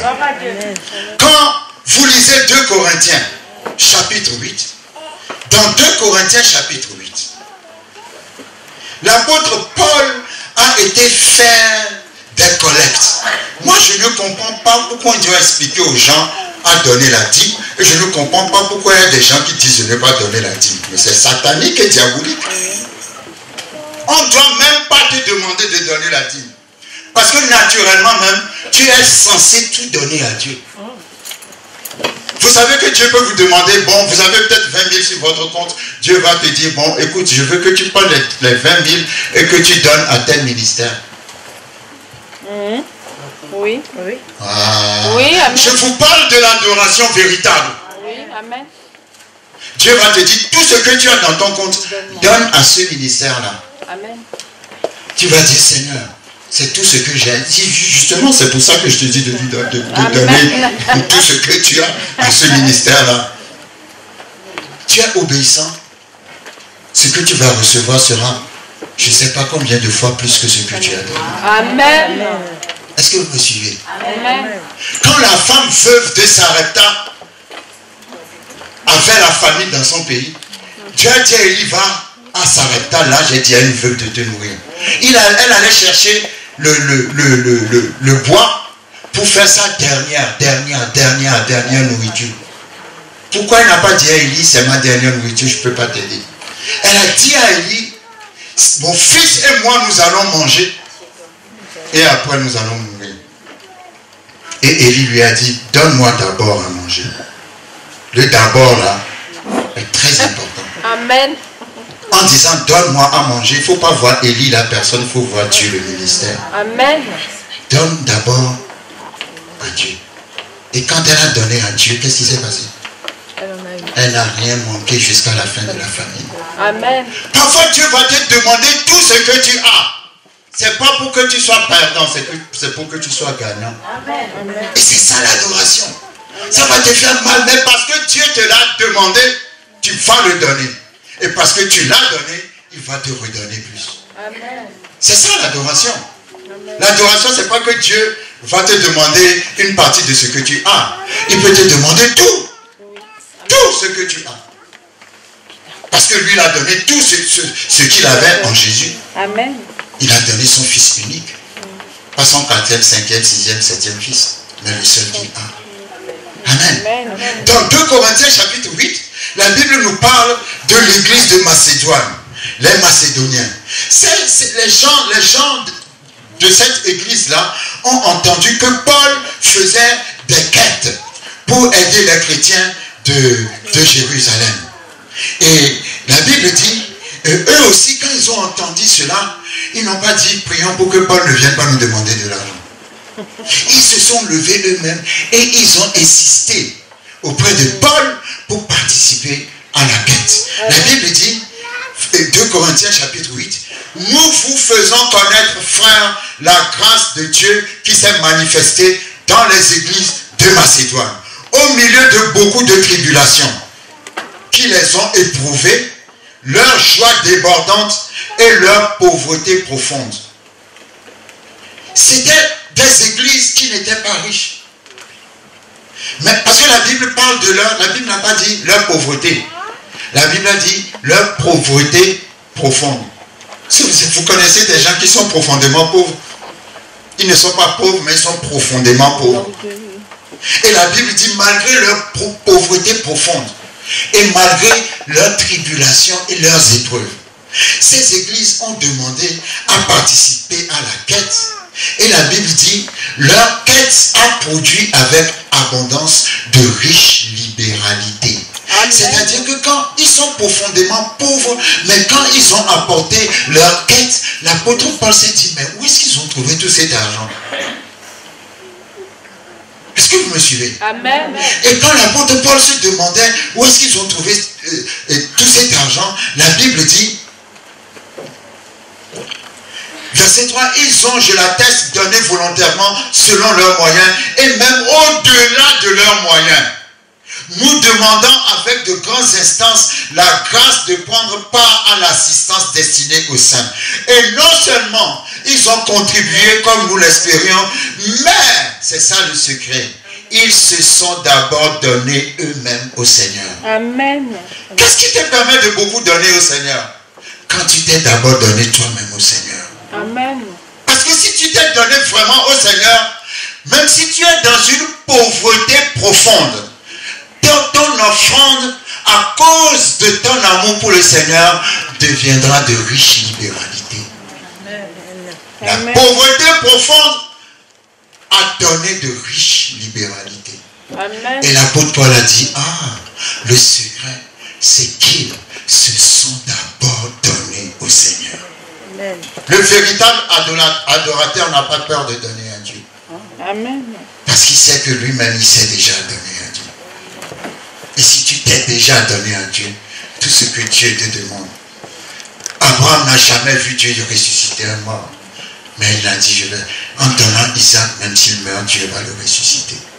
Avec Dieu, ce que tu donnes ne meurt jamais. Je dis, avec Dieu, ce que tu donnes ne meurt jamais. Amen. Je dis encore, avec Dieu, ce que tu donnes ne meurt jamais. Amen. Il a dit, nous irons et nous reviendrons. Amen. Ce que tu donnes à Dieu te reviendra toujours. Amen. Et ça te reviendra plus que tu n'as donné. quand la Bible dit dans le livre d'Ecclésiaste ou de Proverbes, jette le pain sur l'eau et il te reviendra. Mais quand tu jettes le pain sur l'eau, le pain est maigrichon et quand il te revient, il est plus gros que tu l'as jeté parce qu'il est rempli d'eau. Alléluia. Tout ce que tu donnes à Dieu te revient et te revient dans une taille supérieure que la taille dans laquelle tu l'as donné. Amen. Donc, la seule chose que je te demande, donne ta vie au Seigneur. En sachant que celui à qui tu as donné ta vie, c'est le Dieu de la vie. Amen. Et que cette vie-là, il va la protéger. Amen. Il va la prospérer. Et cette vie va te revenir avec des fruits et des récoltes en abondance. Amen. Je termine par l'attitude de l'adorateur. Daniel chapitre 3. Dans Daniel chapitre 3, la Bible nous parle d'Abed-Nego, Méchak et Shadrach, que j'appellerai des vrais adorateurs. Vous savez, un adorateur, c'est pas quelqu'un qui est influençable. Amen. Amen. Parce que si tu es influençable, ça veut dire que tu ne connais pas ce que tu connais. Mais si tu sais vraiment ce que tu fais, l'apôtre Paul a dit, je sais en qui j'ai cru. Alléluia. Amen. Si tu connais vraiment Dieu, la Bible dit, ceux qui connaîtront leur Dieu feront des exploits. Amen. Tout est basé sur comment tu connais Dieu. Alléluia. Amen. Parce que Abed-Nego, Méchak et Shadrach, pour aller plus vite, habitaient dans un royaume où le roi avait subitement décidé qu'il fallait qu'on adore une statue qu'il a érigée. Mais Abed-Nego, Méchak et Shadrach étaient des juifs qui sont restés fidèles à l'adoration de leur Dieu. Amen. Et le roi a dit, si quelqu'un ne veut pas adorer la statue que j'ai mise en place, cette personne sera jetée au feu. Mais Abed-Nego, Méchak et Shadrach, devant cette situation dangereuse, n'ont pas changé d'adoration. Ils ont été jusqu'à parler au roi en disant au roi, roi, nous t'aimons, nous te respectons, mais nous sommes désolés, nous ne pouvons pas adorer ton Dieu. Amen. La Bible dit, Daniel 3, verset 8, à cette occasion, et dans le même temps, quelques Chaldéens s'approchèrent et accusèrent les Juifs. Ils prirent la parole et dirent au roi Nebuchadnezzar, ô roi, vis éternellement, tu as donné un ordre d'après lequel tous ceux qui entendraient le son de la trompette, du chalumeau, de la guitare, de la sambuc, du psalterion, de la cornemuse et de toutes sortes d'instruments devraient se prosterner et adorer la statue d'or.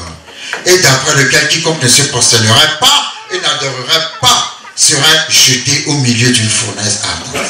Or, il y avait des Juifs à qui tu as remis l'intendance de la province de Babylone, Shadrach, Méchak et Abed-Nego, hommes qui ne tiennent aucun compte de toi, ô roi, et ils ne servent pas tes dieux. Alors Nebuchadnezzar, irrité et furieux, donna l'ordre qu'on amena Shadrach, Méchak et Abed-Nego. Et ces hommes furent amenés devant le roi. Nebuchadnezzar prit la parole et leur dit, est-ce de propos délibérés que vous ne servez pas mes dieux et que vous n'adorez pas la statue d'or que j'ai élevée? Maintenant, tenez-vous prêts, et au moment où vous entendrez le son de la trompette, du chalumeau, de la guitare, de la sambuc et du psalterion, et de la cornemuse, et de toutes sortes d'instruments, vous vous prosternerez et vous adorerez la statue que j'ai faite. Si vous ne l'adorez pas, vous serez jetés à l'instant même au milieu d'une fournaise ardente. Et quel est le Dieu qui vous délivrera de ma main? Shadrach, Méchak et Abed-Nego répliquèrent au roi, nous n'avons pas besoin de te répondre là-dessus. Voici notre Dieu que nous servons peut nous délivrer de la fournaise ardente. Et il nous délivrera de ta main, ô roi. Sinon, ça veut dire, même s'il ne nous délivre pas, sache, ô roi, que nous ne servirons pas tes dieux et que nous n'adorerons pas la statue d'or que tu as élevée. Amen. Quel culot! Quelle audace! Ces trois Hébreux connaissaient vraiment leur Dieu. Ils ont dit, notre Dieu peut nous délivrer. Et il va nous délivrer. Toi, quand on t'exhorte, on prie, on fait tout pour toi, tu ne crois toujours pas que Dieu est capable. Mais eux, ils ont dit, notre Dieu peut nous délivrer. Et il va nous délivrer.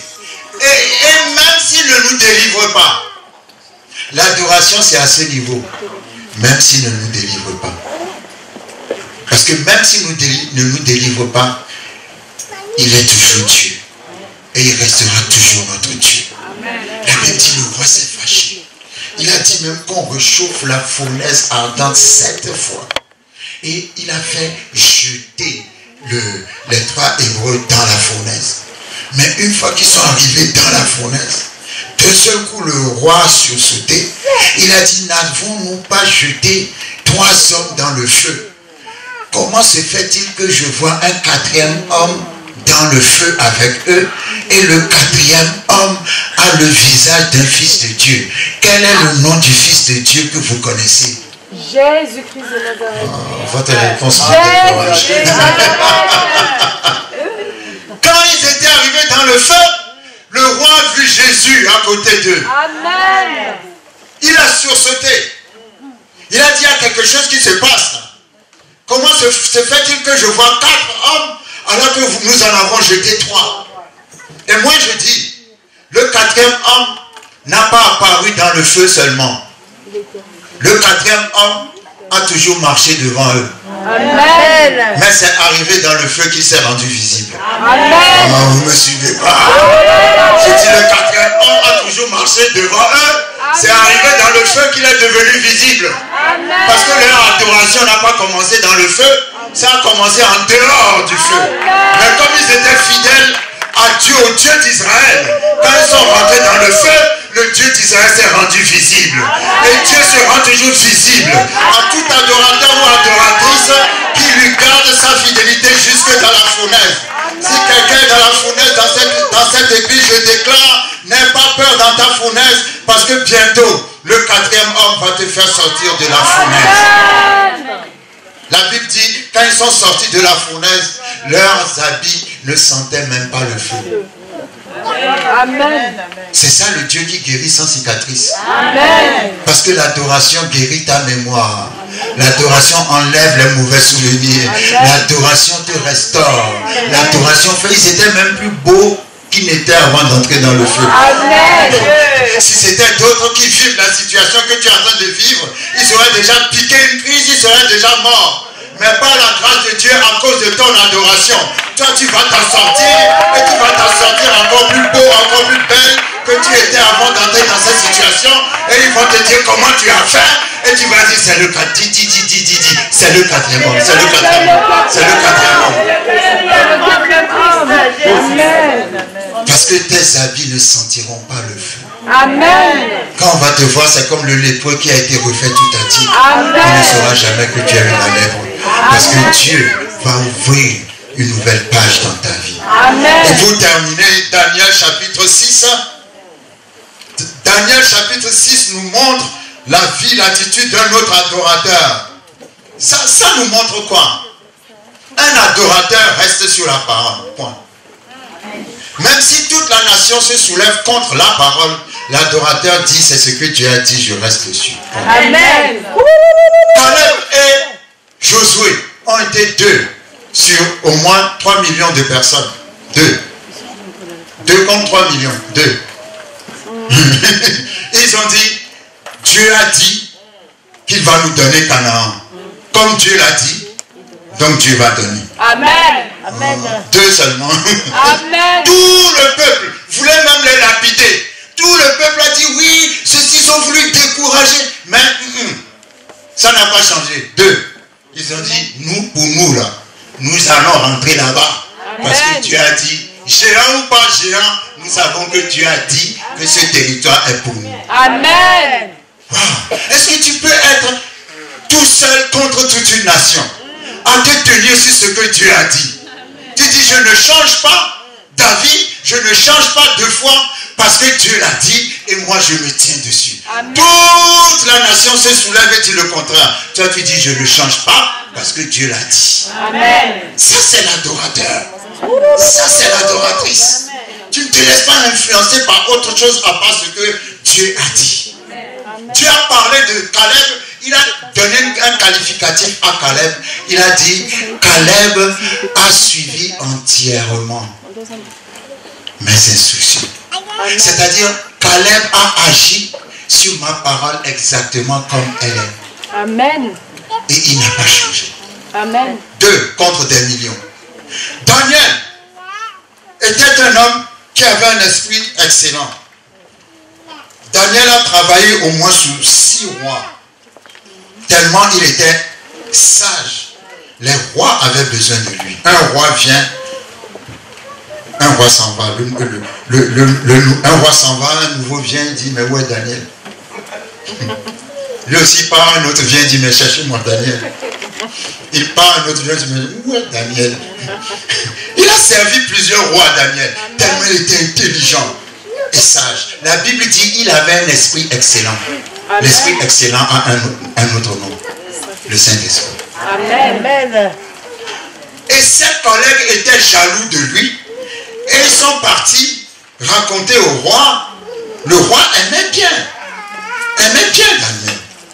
Et ils sont partis dire au roi que oui, il fallait que le roi sorte une autre loi concernant ce qu'il fallait adorer, qu'il ne fallait pas adorer d'autres dieux à part je ne sais quoi. Vous savez, l'ennemi attaque toujours au niveau de l'adoration. Amen. Amen. C'est ce que tu adores qui fera en sorte que l'ennemi va se déchaîner contre toi. Et surtout quand c'est Jésus que tu adores. Amen. Amen. Donc, le roi a sorti une loi. Et cette loi disait, à partir du verset 8, Daniel 6, maintenant au roi confirme la défense et écrit le décret, afin qu'il soit irrévocable selon la loi des Mèdes et des Perses qui est immuable. Là-dessus, le roi Darius écrivit le décret et la défense. Lorsque Daniel sut que le décret était écrit, il se retira dans sa maison où les fenêtres de la chambre supérieure étaient ouvertes dans la direction de Jérusalem. Vous savez, les conseillers du roi avaient interdit que l'on adresse des prières à un autre roi, si ce n'est au roi de Perse. Mais Daniel, malgré ce décret qui a été sorti, Daniel n'avait pas arrêté d'adorer le Dieu d'Israël. Comment les gens savaient que Daniel adorait le Dieu d'Israël? Parce que quand tu regardais la chambre de Daniel, sa fenêtre était ouverte en direction d'Israël. Amen. C'est comme ça qu'on savait que celui-là, il adore le Dieu d'Israël. Alors le roi a fait sortir le décret de ne plus adorer d'autres dieux à part lui-même. Et si quelqu'un adore d'autres dieux à part lui-même, il sera jeté au lion. Mais la Bible dit, c'est très important, lorsque Daniel a appris cette nouvelle loi, il se retira dans sa maison où les fenêtres de la chambre supérieure étaient toujours ouvertes en direction de Jérusalem. Daniel n'a pas dit Dieu comprends-moi. Parce que parfois on veut que Dieu nous comprenne. Mais Dieu est radical. Amen. Il n'a pas dit bon je vais quand même fermer la fenêtre mais c'est entre toi et moi. Non, non.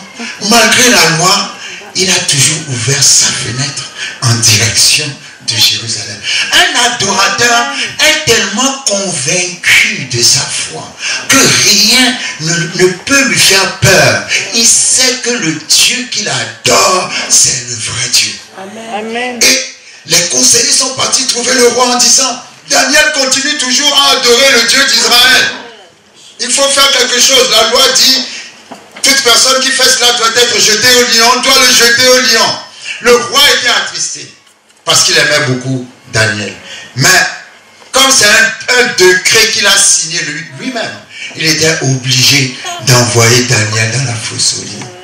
Et bien qu'on ait envoyé Daniel dans la fosse aux lions, la Bible dit que au petit matin, le roi est venu et a dit, Daniel, Daniel, est-ce que ton Dieu t'a délivré de la gueule des lions? Et je suppose personnellement qu'il y avait un petit silence. Et juste au moment où le roi pensait que les lions ont mangé Daniel, il a entendu la voix de Daniel. Dis à ton voisin, on va entendre ta voix. On va entendre ta voix. Et Daniel a dit, le Dieu que je loue et que j'adore m'a délivré Amen. de la gueule des lions. Vous savez, j'imagine la scène, hein, quand Daniel, qui était un grand adorateur, l'adorateur dégage le parfum de Jésus.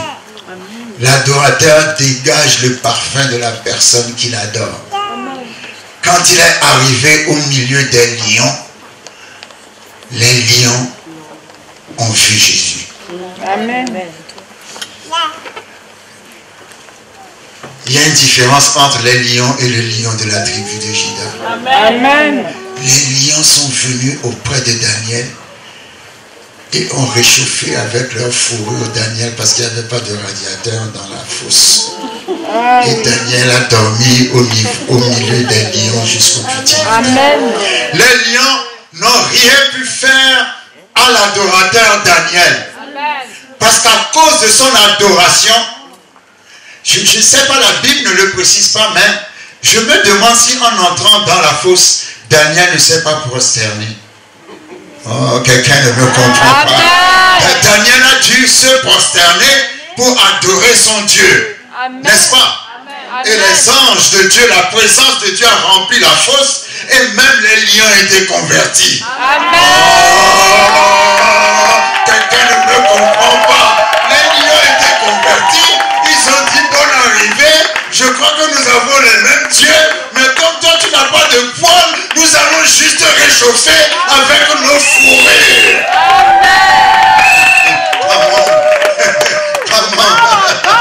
Come on. L'adorateur revient toujours de la mort. L'adorateur revient toujours du carnage. L'adorateur revient toujours du massacre. L'adorateur revient toujours des pièges de l'ennemi. L'adorateur revient toujours des attaques de l'ennemi. Tu reviendras de la mort. Tu reviendras du massacre. Tu reviendras des attaques de l'ennemi. On te verra encore. On entendra encore ta voix. Au moment où tu te croiras que tu es déjà mort, on entendra ta voix. On entendra ta voix. On entendra ta voix. Et tu diras, le Dieu que j'adore m'a délivré de la gueule des lions.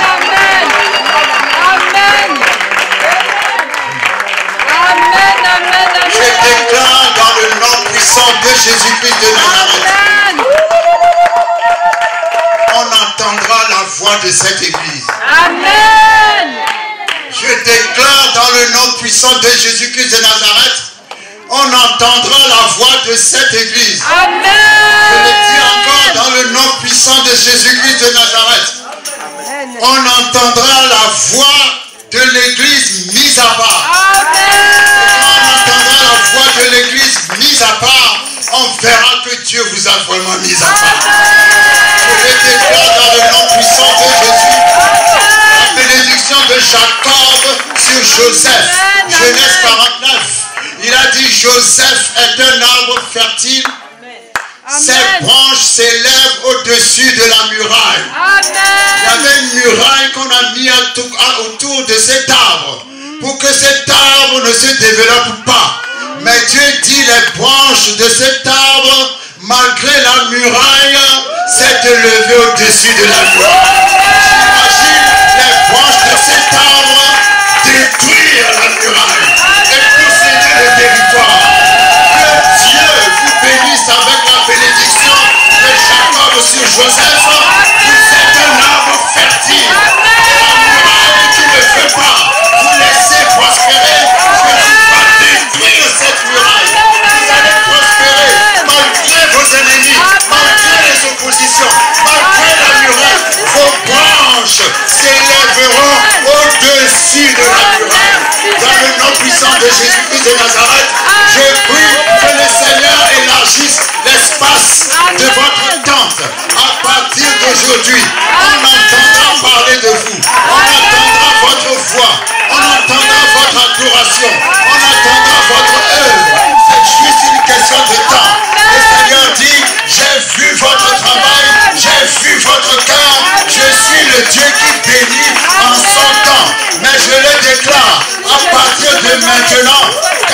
chose va changer.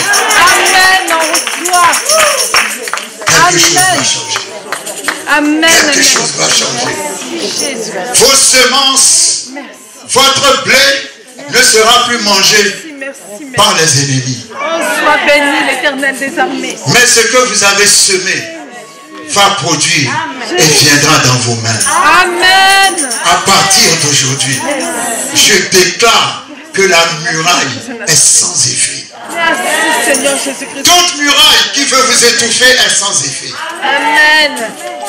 Vous êtes un arbre fertile et vos branches détruisent. Vos branches sont tellement fortes qu'elles détruisent tout ce qui est opposition autour d'elles. Merci, Seigneur Jésus. Vous allez porter des fruits. Amen. Vous allez porter des fruits. Merci, Vous allez porter des fruits. Christ de Nazareth. Vous allez porter des fruits. Merci, l'Éternel. Vous allez porter des fruits. Merci, Dans le nom puissant de Jésus. Amen. Dans le nom puissant de Jésus.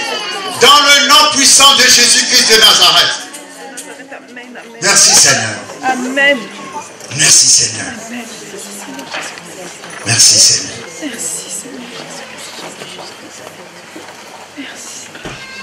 Répétez après moi.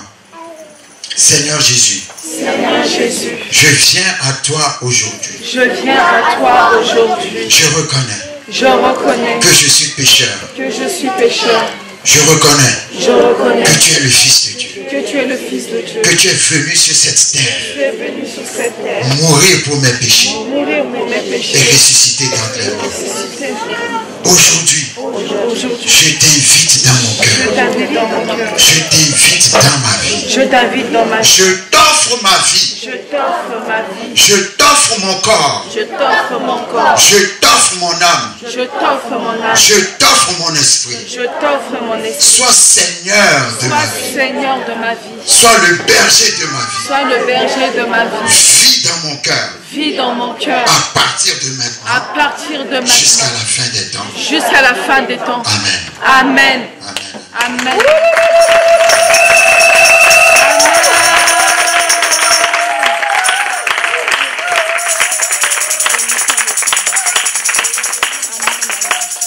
Vous êtes dans une situation extrême. Je précise bien, vous êtes dans une situation extrême, comme Daniel dans la fosse aux lions. Vous savez, les lions, parfois, c'est les fardeaux, c'est les soucis. Trop de soucis qui vous entourent et qui vous menacent. Comme Abed-Nego, Meshach et Shadrach. Vous voulez que je prie pour vous, vous pouvez avancer pendant que la chorale conduit dans une petite adoration. Amen. Alléluia.